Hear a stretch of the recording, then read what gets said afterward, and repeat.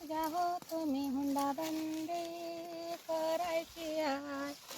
हुंडा मी देणार नाही, कायदा अंमलात आणायचा आहे. हुंड्यासाठी रे होतो छळ, आई वडिलांच्या मनात मळ, आई वडिलांच्या मनात मळ.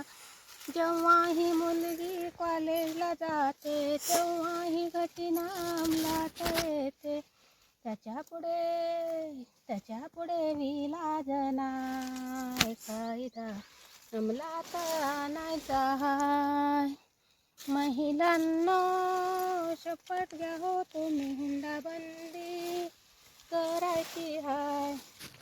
हुंडा मी देणार नाही, कायदा अंमलात आणायचा हाय.